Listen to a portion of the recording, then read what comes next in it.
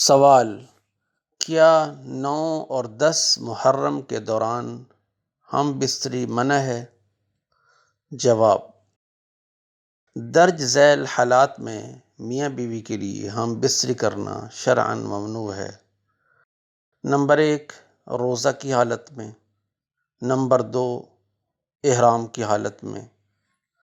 Number 3، حاجی کے لیے طواف زیارت کرنے سے پہلے تک ہم بستری کرنا شرعاً ممنوع ہے۔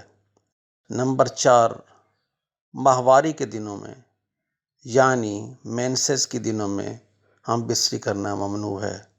نمبر 5، نفاس یعنی بچہ کی پیدائش کے بعد جو خون آتا ہے کے دنوں میں ہم بستری کرنا شرعاً ممنوع ہے۔ ان حالات کے علاوہ باقی تمام دنوں میں ہم بستری جائز ہے، لہٰذا 9 اور 10 محرم کے دوران ہم بستری کی ممانعت کا عقیدہ رکھنا یا اسے جائز نہ سمجھنا درست نہیں۔